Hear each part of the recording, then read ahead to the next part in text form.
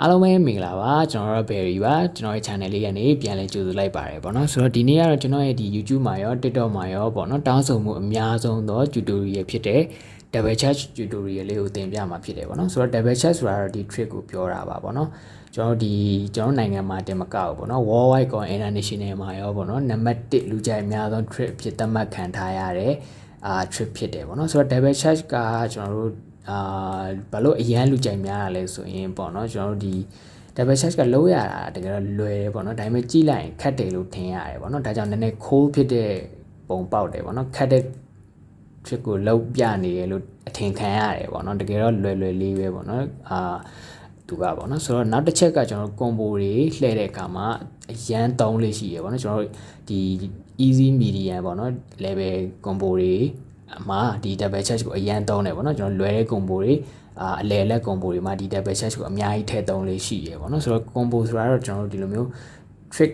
ပေါ့နော်3ခုထပ်ပို့ပြီးသုံးတာကိုကျွန်တော်တို့ combo တွေလို့ခေါ်ပါတယ်ဆိုတော့ double check ကလည်းအဲ့လိုမျိုးကျွန်တော်ခုလောက်သွားတဲ့ combo မှာဆိုရင် double check ရေပါတယ်ပေါ့နော် double check နဲ့ check ရှိတော်တော်များသုံးရတယ်ပေါ့နော်ဒါဆိုရင်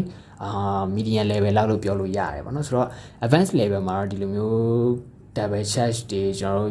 ဒီလို external thumb round တွေလုံးဝမသုံးတော့ဘူးပေါ့နော်ဘာလို့လဲဆိုတော့advanced trick တွေဆိုတာရှိသေးရပေါ့နော်ကျွန်တော်တို့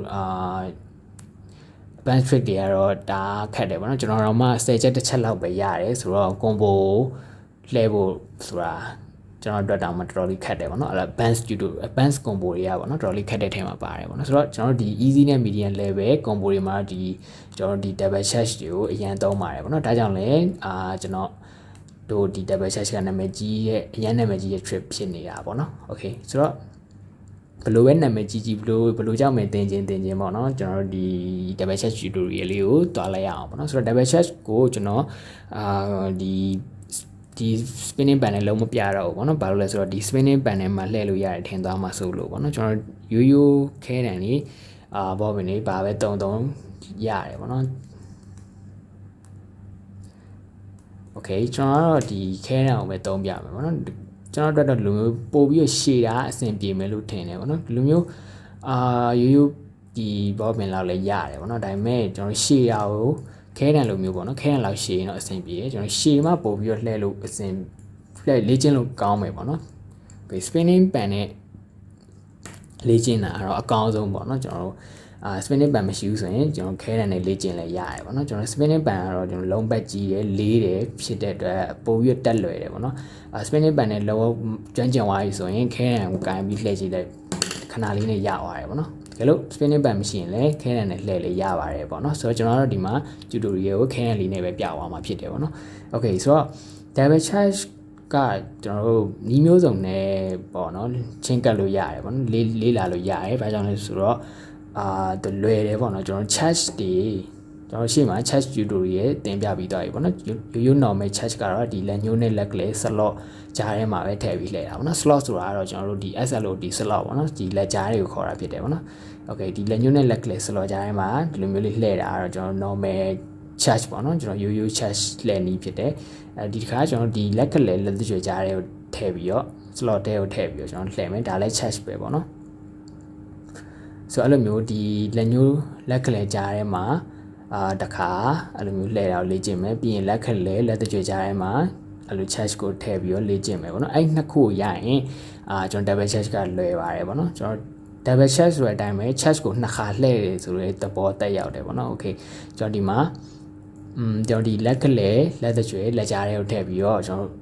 ်ဒါဆိုရင်ကျွန်တော် charge တစ်ပတ်အပြည့်ပေါ့နော်ကျွန်တော် charge တစ်ပတ်အပြည့်ဆိုတာဒီလိုမျိုးတစ်ဝိုက်ဒီမှာဒီကနေစတယ်ဒီကိုပြန်ဆုံးတယ်ဆိုရင်ဒါ charge တစ်ပတ်ပြည့်တယ်ပေါ့နော် okay ကျွန်တော် okay အဲ့လိုမျိုးပေါ့နော်ကျွန်တော်တစ်ပတ် charge တစ်ပတ်ဖြစ်တယ်ကျွန်တော် charge tutorial မှာပြောဥပါတယ်ပေါ့နော် okay ဒါမျိုးတစ်ပတ်ကျွန်တော်အဲ့လိုမျိုးပေါ့နော်ဒီလက်ကလေးဒီလက်ညှိုးလက်ကလေးကြားထဲမှာထည့်ရင်လေအဲ့ဒါတစ်ပတ်ပေါ့နော်ဒီလိုမျိုးတစ် white ကကျွန်တော်တစ်ပတ်ဖြစ်တယ်ပေါ့နော်ဆိုတော့ကျွန်တော်ဒီတစ်ခါတစ်ပတ်ပြည့်အောင်မလှည့်ဘူးပေါ့နော်ကျွန်တော်ဒီ double check လှည့်မယ်ဆိုရင်ဒီလက်ကလေးလက်တကြွယ်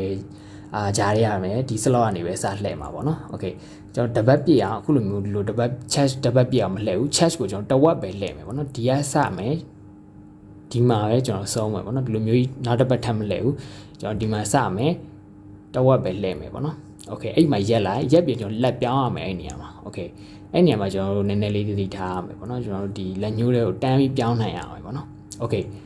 ကျွန်တော်ဒီမှာတပတ်မလှည့်လိုက်ဘူးเนาะကျွန်တော်ဒီမှာလက်ကလေးလက်တကြွယ်ခြားထဲမှာကျွန်တော် chest ကိုလှည့်တဲ့အခါမှာကျွန်တော်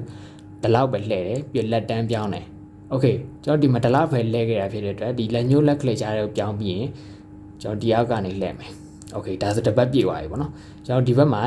ဒီလက်ညှိုးနဲ့ sorry ဒီလက်ကလေးနဲ့လက်တကြွယ်မှာကျွန်တော်ဒီလိုမျိုးတဝက်လှည့်ခဲ့တယ် okay ဒီဘက်မှာလက်ညှိုးနဲ့လက်ကလေးခြားဒီဘက်တဝက်ကိုပြန်လှည့်မယ် okay တကယ်တော့ကျွန်တော်တို့ chest ကိုဒီလိုမျိုးတဝိုက်လှည့်လိုက်တာနဲ့တူတူပဲဒါပေမဲ့လက်ကြားနှစ်ခုပြောင်းသွားတယ်ပေါ့နော်ကျွန်တော်ဒီကနေစလှည့်တယ်ဒီလက်တကြွယ်လက်ကလေးလက်တကြွယ်စလောကနေပြီးတော့ကျွန်တော်ဒီကနေစလှည့်တယ်တဝက်မှာရက်တယ်ကျန်တဲ့တဝက်ကလက်ပြောင်းပြီးတော့ကျန်တဲ့တဝက်ကိုလှည့်လိုက်တဲ့သဘောပဲပေါ့နော်ဆိုတော့အဲ့ဒါက double chest ဖြစ်သွားတယ်ပေါ့နော် okay အဲ့ double chest ကိုတစ်ခါလှည့်လိုက်တဲ့သဘောပေါ့နော်ကျွန်တော်အဲ့ဒါကိုတောက်လျှောက်ဆက်လှည့်မယ်ပေါ့နော်ကျွန်တော်ပြမယ်ပေါ့နော်ကျွန်တော်ဒီကနေစလဲโอเคဒီကနေဒီလိုလေးစလဲတဝက်ပြီးလက်ပြောင်းမယ်ကျန်တဲ့တော့ကိုအောက်ကနေဆက်လဲမယ်ပြီးရင်အဲ့ဒီအချိန်မှာကျွန်တော်ဒီလက်တကြွယ်လေးနဲ့ပြန်ပြီးကော့ယူလိုက်ပေါ့နော်အဲဒါဆိုကျွန်တော်အစအပြန်ရောက်သွားပြီဒီလိုလေးပြန်သွားမယ်โอเคအဲ့လိုလေးပေါ့နော် sorry တဝက်လှည့်တယ်လက်ပြောင်းတယ်ကျန်တဲ့တဝက်ကိုလှည့်တယ်ပြီးရင်လက်တကြွယ်လက်ကလေးစလော်တွေကိုပြန်ပြောက်သွားမယ်ကျွန်တော်ရောက်သွားတဲ့အချိန်မှာတခါတည်းဒီလိုမျိုးလက်ကိုဒီရောက်ကနေလို့လာတယ်ဒီလိုမျိုးလက်ကိုတန်းပြီးတော့ပြောင်းလိုက်တဲ့အချိန်မှာပဲပထမတဝက်ကိုတန်းလှည့်လိုက်ပေါ့နော်โอเคကျွန်တော်အဲ့လိုပဲသွားရမယ်ပေါ့နော်အဲ့ဒီကနေတဖြည်းဖြည်းနဲ့မြန်သွားလိမ့်မယ်ပေါ့နော်ဆိုတော့โอเคဒါကတော့ပထမနီးပေါ့နော်ကျွန်တော် chest နှစ်ခုကနေလှည့်တဲ့နီးပေါ့နော်ပထမတစ်ဝက်ကိုလှည့်တယ်လက်ပြောင်းတယ်ဒုတိယတစ်ဝက်ကိုလှည့်တယ်ပြီးအဲ့ရောက်တဲ့အချိန်မှာကျွန်တော်ချက်ချင်းပဲပထမတစ်ဝက်ကိုတန်းလှည့်မယ်လက်ပြောင်းပြီးတော့ပြန်ပြောင်းမယ်အောက်ကဝိုက်မယ်โอเคဆိုတော့အဲ့လိုမျိုးပေါ့နော်ဖြည်းဖြည်းနဲ့မြန်သွားလိမ့်မယ်နောက်တစ်ခုကကျွန်တော်တို့ twisted sonic ကနေတင်လို့ရတယ်ပေါ့နော် twisted sonic ဆိုတာဒီ trick လေးကိုပြောတာပေါ့နော်ကျွန်တော်ဒီလက်တကြွယ်ရပဲစမယ်ပြီးဒီလိုလေးပေါ့နော်အမြန်ပြမယ်ဆိုလို့ပေါ့ကျွန်တော် twisted sonic trick လို့ခေါ်တယ် sonic ကကျွန်တော်လက်ကလေးကိုခွာပြီးဒီဘက်ကိုလို့သွားတာပေါ့နော်ကျွန်တော် twisted sonic ကြတော့ဒီလိုလေးပေါ့နော် sorry အဲ့လိုမျိုးပေါ့နော်ကျွန်တော်ဒီလိုသွားမယ်ဒီလက်ညှိုးတွေကိုဝင်သွားပြီးတော့လက်မလေးနဲ့ဖမ်းလိုက်မယ်ပေါ့နော်အဲ့လိုလေး twisted sonic လို့ခေါ်တယ်ဆိုတော့အဲ့ trick ကိုရရင်လည်း double chest ကလွယ်တယ်ပေါ့နော်ကျွန်တော်လက်မနဲ့ပြန်မဖမ်းမယ်အောက်ကိုသွားပြီးတော့ဒီလက်ကလေးနဲ့ပြန်ပင့်တင်ပြီး twisted sonic ကိုပဲပြန်လုပ်အောက်ကိုပြန်ပင့်တင် twisted sonic ကိုပဲပြန်လုပ်ပေါ့နော်အဲ့ရနေလေဒီလိုမျိုးသွားလို့ရတယ်ပေါ့နော်ဆိုတော့နည်းနည်းတော့ကျွန်တော်တင်ပြနေရတော့မရှုပ်တယ်လို့ထင်ရတယ်ပေါ့နော်ဒါပေမဲ့တကယ်တမ်းလိုက်လို့ကြည့်ပြီးတော့သူ့ရဲ့ဟွက်ဖဲပေါ့နော်ဟွက်ဖဲလို့ပြောရမလားသူ့ရဲ့လှုပ်ဝက်ချက်ပေါ့အဲ့လိုမျိုးအဲ့ဒါကိုကျွန်တော်တို့သိသွားပြီဆိုရင်လွယ်သွားတယ်ပေါ့နော် double chest ကဆိုတော့စင်ပြေရဲ့နီးနဲ့ပေါ့နော်ကိုစင်ပြေရဲ့နီးနဲ့လိုက်လို့ရတယ်ခုနလိုပဲ chest ကိုတဝက်လက်ဒီ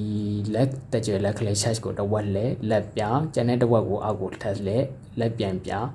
ဆိုတော့အဲ့လိုမျိုးလဲသွားလို့ရတယ်ပေါ့နော်တကယ်တော့ဒီလိုပါပဲတကယ်အဲ့လိုပဲလုပ်နေရ double chest ဆိုတာလေဒါပေမဲ့ကျွန်တော်